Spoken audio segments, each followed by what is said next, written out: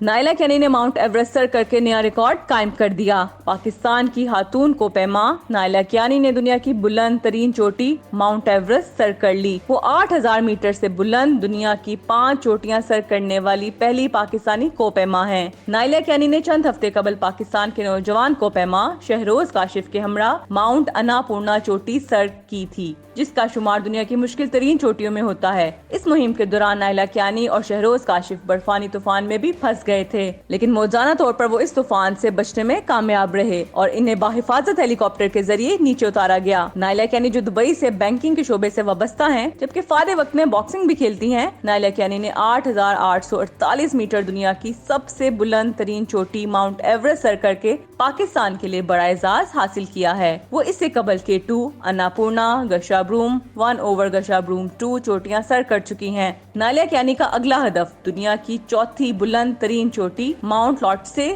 سر کرنا ہے، جس کے لیے وہ اپنی مہم کا آغاز جلد کریں گی۔ الپائن کلب آف پاکستان نے نائلہ کیانی کے ماؤنٹ ایورسٹ سر کرنے کی تصدیق کرتے ہوئے خوشی کا اظہار کیا ہے اور امید ظاہر کی ہے کہ وہ اپنی کامیابیوں کا سفر اسی طرح جاری رکھیں گی۔